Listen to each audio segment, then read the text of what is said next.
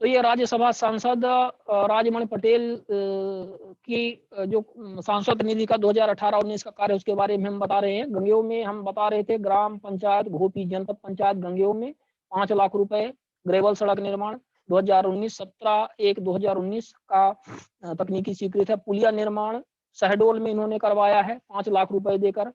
बहेरा टोला मार्ग में कामता सिंह गोंड के खेत के पास पुलिया निर्माण, ग्राम पखई जनपद सहांगपुर जिला शहडोल में ही पुलिया निर्माण हेतु बगीचा टोला मार्ग में गोपाल सिंह के खेत के पास पुलिया निर्माण, ग्राम पखई जनपद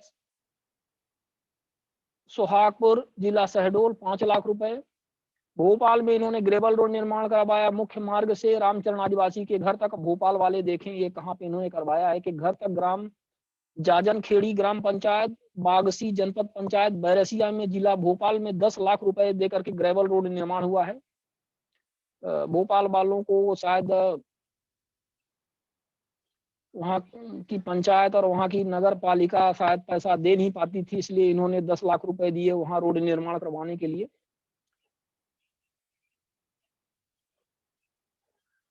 भोपाल में इन्होंने पुलिया निर्माण करवा डाला। शांति धाम के पास डागर गांव में 2 डागर गांव भगवाह मार्ग पर ग्राम डोगर ग्राम पंचायत बहरवाल जनपद पंचायत बैरसिया में 10 लाख रुपए देकर के पुलिया निर्माण करवा डाला। तो अभी ये सब देखने का विषय है और क्रॉस वेरिफिकेशन का विषय है।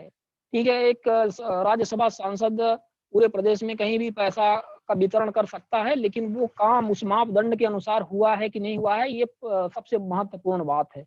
और जिस तरह से कार्य प्रणाली है और जो कार्य रीवा जिले के परिप्रेक्ष्य में देखने को मिला है इन राज्यसभा सांसद महोदय के द्वारा, तो इससे तो बिल्कुल ही स्पष्ट होता है कि हमें तो नहीं लगता कि कहीं भी कार्य इन्होंने करवाया है। पूरे मध्य प्रदेश में भले ही पैसा इन्होंने प्रसाद की तरह वितरण कर दिया हो, और इसमें क्या हुआ होगा, किस प्रकार से काम हुआ होगा, कौन कौन इसमें सम्मिलित हुए होंगे, ये ऑलरेडी प्रश्न का विषय है और जांच का विषय है। लेकिन ये बात स्पष्ट है कि इस तरह से पैसे का उपयोग नहीं हुआ है। भोपाल में फिर इन्होंने पुलिया निर्माण करवा डाला।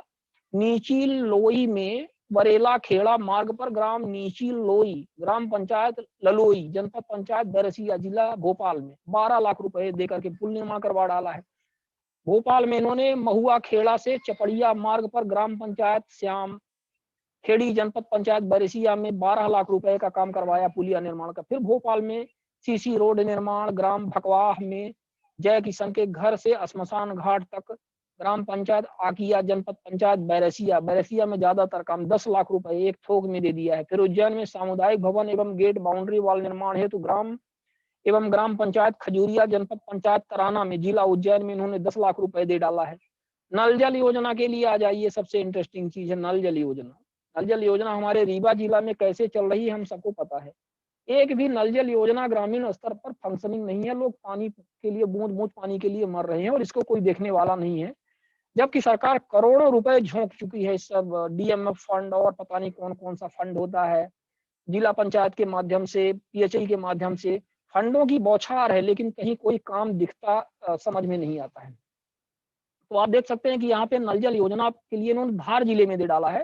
टंकी से कलोला तक कलोला ग्राम पंचायत सिमल्या जनपद पंचायत बदनावर में जिला धार में इन्होंने 10 लाख रुपए दे डाला। बहुत अच्छी बात है, यदि नल जल योजना चल रही है और लोगों को पानी मिल रहा है तो बड़ी खुशी की बात है। धार के लोगों के लिए हमारी तरफ से शुभकामनाएं। धार सीसी सड़क निर्माण हेतु श्री धन्ना लाल के मकान से श्री ईश्वर सिंह के मकान तक इन्होंने सीसी सड़क 5 लाख रुपए देकर के करवाया है। इसी तरह से आप आगे आ जाएं, आगर मालवा रायसेन सतना रीवा इस तरह से बहुत सारे काम जो एक मुश्त पैसा 10 लाख रुपए 5 लाख रुपए। और विज्ञान कक्ष कंप्यूटर भवन आगर मालवा में इन्होंने विज्ञान कक्ष कंप्यूटर कक्ष एवं सभा कक्ष के निर्माण हेतु भारत माता शिक्षा समिति शाजापुर द्वारा संचालित जगन्नाथ गोमती अम्बातिया कॉलेज नलखेड़ा में नगर एवं जनपद पंचायत नलखेड़ा जिला आगर मालवा मध्य प्रदेश में 25 लाख रुपए इन्होंने एक मुश्त दिया है। अभी तक की एक बार में दी गई सबसे ज्यादा की राशि है। फिर रीवा में आ जाइए, गंगेय जो आप वेरिफिकेशन कर सकते हैं, जैसे गंगेय हो गया, जवा हो गया, सिरमौर हो गया, सिंगरौली, फिर भोपाल, इस तरह से एक बात हमने देखी है कि रीवा के परिप्रेक्ष्य में जो राशियां हैं वो जो एकमुश्त 5 लाख 10 लाख रुपए कम वितरित हुई हैं, लेकिन जब भोपाल की बात करें या दूसरे जिलों की इस तरह से बात करें तो 10 लाख 20 लाख 25 लाख ज्यादा वितरित हुई हैं। जैसे रीवा में गंगेओ के विषय में 5 लाख, यहाँ पे गंगेओ की 1 2 3 इस पन्ने में 2 गंगेओ के लिए, 3 जवा के लिए और 1 सिरमौर के लिए राशि वितरित हुई है। गंगेओ में इन्होंने क्या क्या करवाया है, गंगेओ में 2 जगह है मिट्टी एवं मुर्मीकरण कार्य 10 लाख रुपए दे करके। प्रधानमंत्री सड़क से बुद्धसेन पटेल के खेत की और ग्राम पंचायत गोरेगांव 164 जनपद पंचायत रायपुर करचुलियान। अगर रायपुर करचुलियान में इसमें बता रहा है और इधर जनपद पंचायत गंगेओ बता रहा है, तो शायद 2 जनपद होती होंगी इसमें, लेकिन मुख्य कार्यपालन अधिकारी जनपद पंचायत रायपुर करचुलियान के नाम 10 लाख रुपए इन्होंने दिया है। अब देखिए, मिट्टी और भूमिकरण का कार्य एक ऐसा कार्य होता है जो सोने की अंडे देने वाली मुर्गी आप बोल सकते हैं। किसी भी विधायक के लिए, सांसद के लिए, चाहे वो सरपंच हो पंचायत में, हमने ये देखा हुआ है कि पहले से ही वहां पर सड़क मतलब ढर्रा बना रहता है, उसमें मिट्टी का तो कोई काम करना नहीं होता है। ज्यादा से ज्यादा 10-20 ट्रक, 10-20 डंपर या 10-20 हाईबा इस तरह से आप उसमें मोरम डाल देते हैं और मोरम को फैला देते हैं। बस आपका 1-8 लाख बड़े मुश्किल से काम हो जाता है, 1-8 लाख रुपए का। और 10 लाख 5 लाख जो इस तरह से सैंक्शन होता है ग्रेवल, जैसे यहाँ पे 10 लाख हुआ है, तो 10 लाख रुपए में 9 लाख रुपए सीधे आपकी जेब में आ जाते हैं। मतलब एक तरह से जो ग्रेवल सड़क निर्माण का काम है, बताया आपको कि सोने के अंडे देने वाली मुर्गी है। यदि विधायकों को, सांसदों को जम के पैसा कमाना है तो वो सिर्फ ग्रेवल सड़क ही बनवा दें, कागजों में बन जाती है और काम बड़े मुश्किल से 1-8 लाख रुपए खर्च हो जाता है। पंचायतों में मनरेगा के माध्यम से हो रहे समस्त कार्य, जिसमें आप देख सकते हैं कि कोई भी कार्य मौके पर मजदूरों के द्वारा नहीं किया जाता है, जेसीबी मशीनों के द्वारा करवा दिया जाता है, थोड़ी बहुत उसमें मोरम डाल दी जाती है और पूरा का पूरा फर्जी मास्टर रोल जारी रहता है। तो इस तरह से मुर्मीकरण का कार्य इसमें बहुत ज्यादा है। इसमें तालाब निर्माण का कार्य भी रीवा के जबा में हुआ है, 5 लाख रुपए इन्होंने दिया है। आदिवासी बस्ती धुरकुच ग्राम पंचायत कोटा जनपद पंचायत जबा में तालाब का निर्माण का कार्य, फिर जबा में मुर्मीकरण कार्य प्रधानमंत्री रोड से तिवरियान टोला की तरफ ग्राम पंचायत धूमन जनपद पंचायत जबा। जबा में स्वचालित वाहन हेतु लक्ष्मण प्रसाद पांडे पिता हरिनारायण, इन्होंने 42,000 रुपए स्वचालित वाहन के लिए दिया है, विकलांग होंगे। वाइस चेयरमैन भारतीय रेड क्रॉस सोसाइटी रीवा को इन्होंने दिया हुआ है। चलिए, ये तो एक पुण्य का काम है कि किसी विकलांग को आपने दे दिया, जिसको मिल गया है तो ये तो बहुत अच्छी बात है। लेकिन ज्यादातर जो काम बताए जा रहे हैं वो हमें सब प्रश्न के दायरे पे ही दिख रहे हैं। घाट कटिंग कराए जाने हेतु ददई कोल के घर के पास ग्राम एवं ग्राम पंचायत बगदरा कला जनपद पंचायत तिवरी चितरंगी में जिला सिंगरौली में 5 लाख रुपए इन्होंने। भोपाल में फिर इन्होंने अतिरिक्त कक्ष निर्माण के लिए 10 लाख रुपए इन्होंने दिए। फिर आप आ जाइए इसमें अगले, बालाघाट रीवा अशोकनगर भोपाल राशियां बिल्कुल। बालाघाट में 2 लाख रुपए, रीवा के गंगेऊ में 10 लाख रुपए ग्रेवल रोड निर्माण एक बार फिर। कौआ ढान पुलिया के नौवा सैफई की ओर ग्राम पंचायत चंदेह, जी हाँ, ग्राम पंचायत चंदेह में 21/2/2019 को कौआ ढान पुलिया के नौवा साइफाई के और ग्राम पंचायत चंदेह जनपद पंचायत गंगेऊ में इन्होंने 10 लाख रुपए दिए हैं। अब ये काम कहाँ कितना हुआ है, किस लेवल का हुआ है, अब इसको देखने वाला भगवान ही है। इंजीनियर जो हैं उनकी अपनी कमीशन फिक्स रहती है और अपना सीसी वो जारी कर देते हैं, फर्जी एमबी और सीसी इस तरह से। अब इसकी कौन जांच करेगा, कौन देखेगा, सबको कमीशन अपना अपना मिल जाता है। रीवा में सिरमौर में फर्नीचर फिक्सर फिटिंग हेतु भारतीय रेड क्रॉस सोसाइटी शाखा सिरमौर जनपद पंचायत सिरमौर को इन्होंने 1,76,000 रुपए दिए। अशोकनगर में इन्होंने दिए 5 लाख रुपए। भोपाल में पुलिया निर्माण हेतु इन्होंने दिए 7 लाख रुपए। भोपाल में फिर पुलिया निर्माण के लिए इन्होंने दिए 8 लाख रुपए। भोपाल में चेक डैम चेक निर्माण जल संरक्षण हेतु इन्होंने 7 लाख रुपए दिए।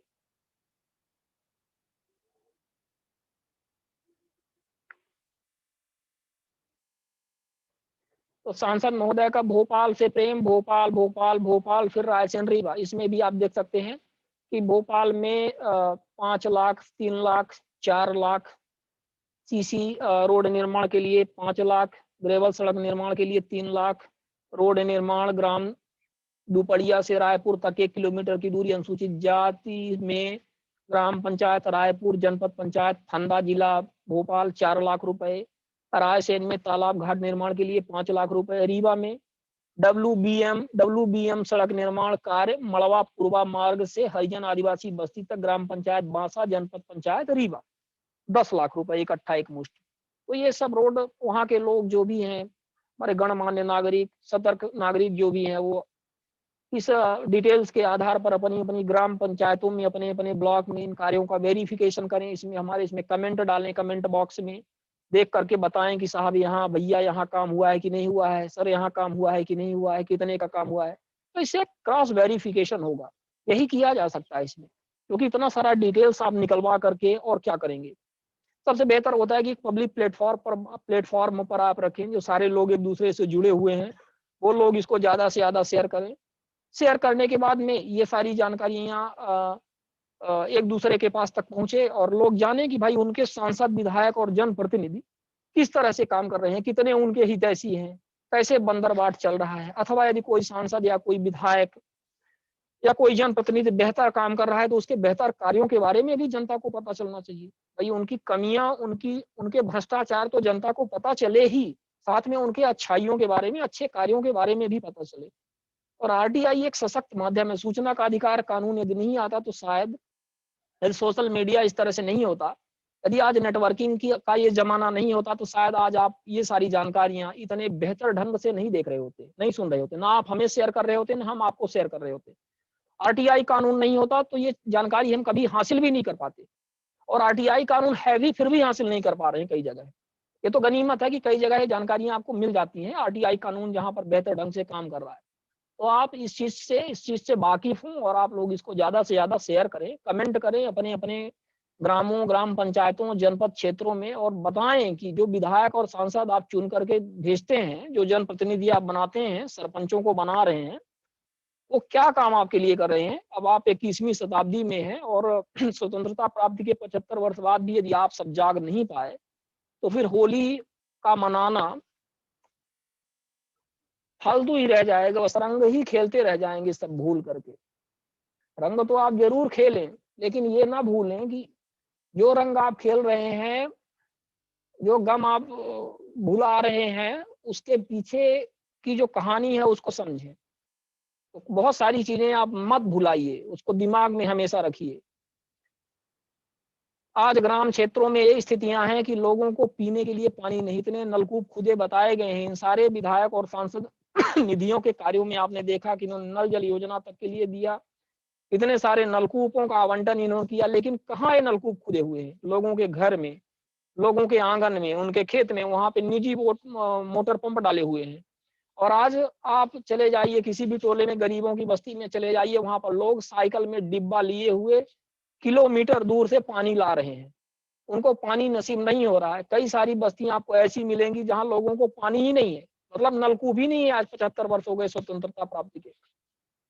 तो जरा उनकी होली के बारे में भी विचार करिए, उनकी दिवाली के बारे में भी विचार करिए, उनकी समस्या के बारे में भी विचार करिए। क्या मतलब है, जब उनको रंग घोलने के लिए पानी नहीं है तो वो होली कहाँ से मनाएंगे? तो आपकी और हमारी होली तो मान गई, लेकिन बहुत सारे गरीबों की होली नहीं मन पा रही है। और कहीं ना कहीं दिमाग के कोने में ये जो पीड़ा है, ये दर्द है, ये देश में ये जो विसंगतियां हैं, ये डिस्टर्ब करती हैं, डिस्टर्बिंग है।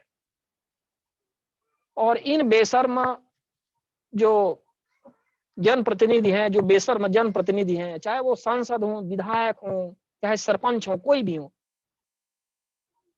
ये जब चीजें सामने आती हैं तो बहुत ही दुख लगता है और एक आक्रोश अंदर से फूटता है कि आखिर इतना पैसा, इतनी सारी चीज आने के बाद भी ना ग्राम पंचायतों का विकास हो पा रहा है, ना विधानसभा क्षेत्रों का विकास हो पा रहा है, न संसदीय क्षेत्रों का विकास हो पा रहा है, और कागजों में करोड़ों अरबों रुपए का बंदरबाट निरंतर चल रहा है।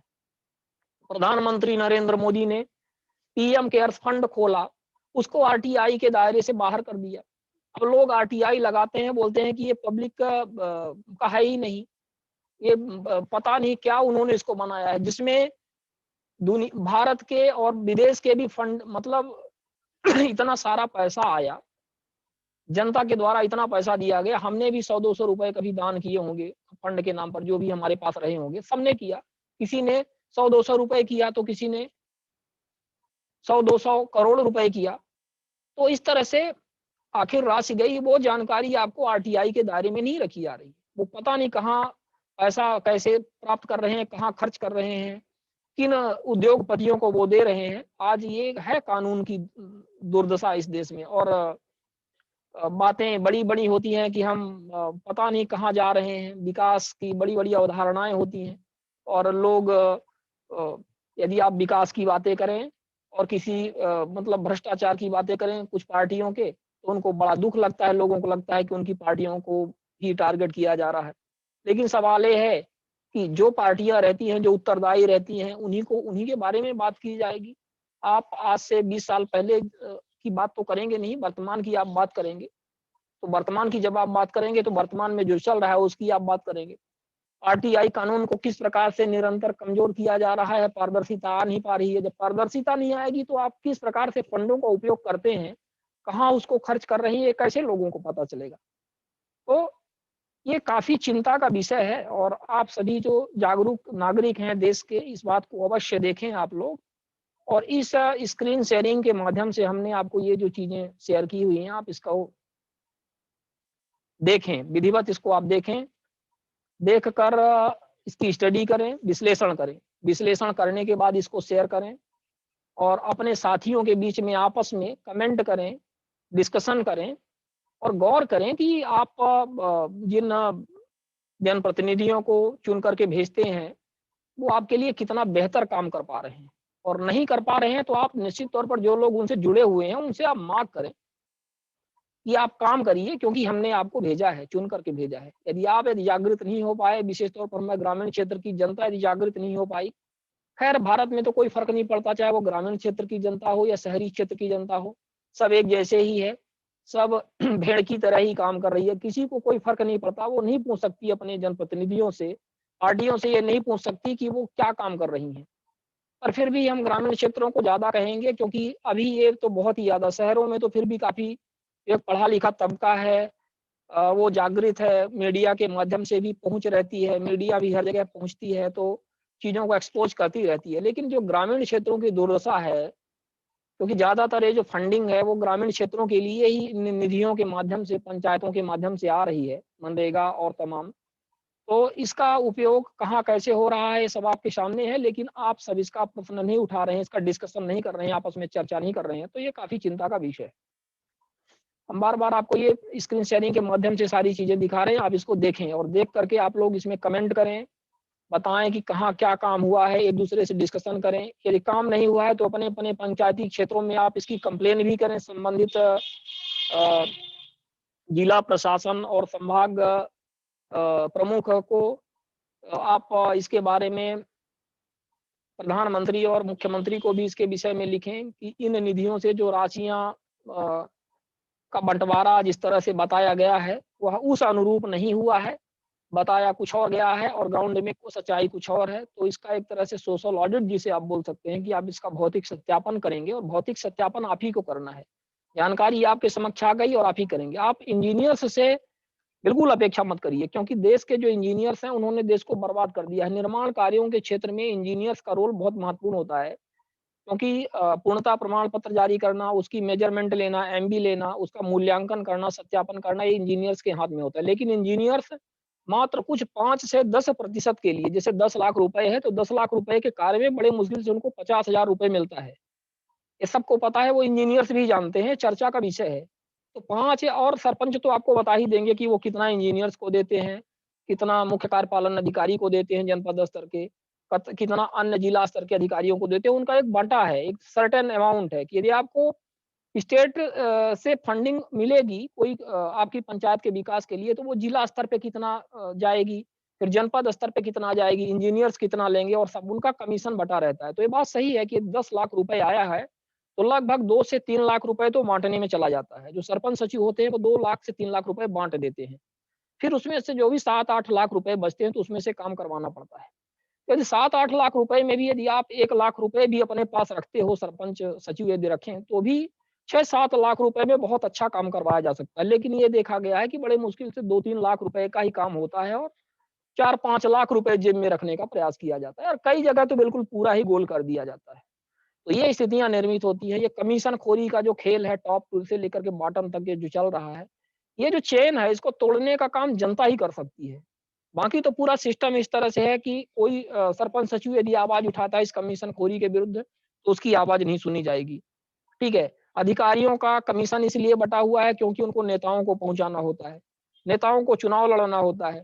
चुनाव के लिए फंड जो भी सारी जो फंड आता है, जो पैसा आता है वो इसी तरह से आता है भ्रष्टाचार करके।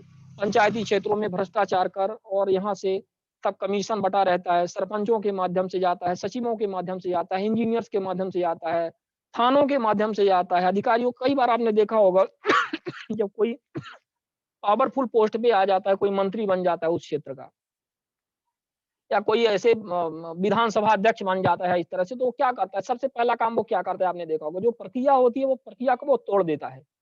जहाँ जो पदस्थापना है, चाहे वो जिला कलेक्टर हो, चाहे संभाग आयुक्त हो, चाहे जनपद स्तर का मुख्य कार्यपालन अधिकारी हो, चाहे जिला स्तर का मुख्य कार्यपालन अधिकारी हो, थानों में बैठे हुए जो थानेदार होते हैं, जो तहसील में बैठे हुए अनुविभागीय एसडीओपी होते हैं, जो एसपी होते हैं, वो इनको सबको उथल-पुथल कर देता है।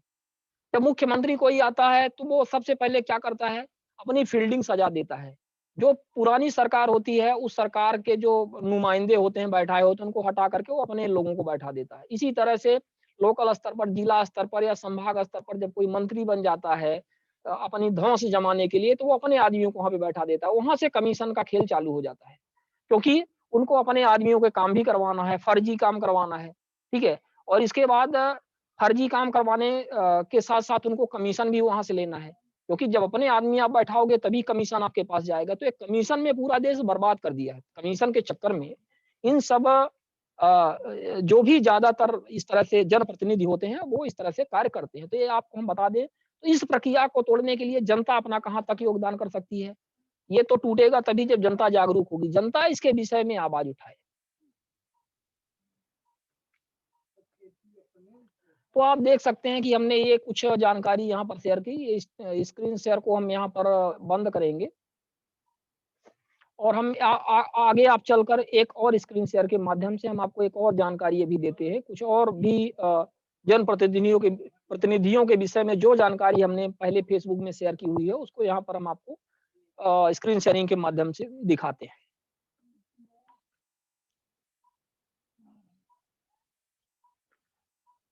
तो ये आपने देखा कि किस प्रकार एक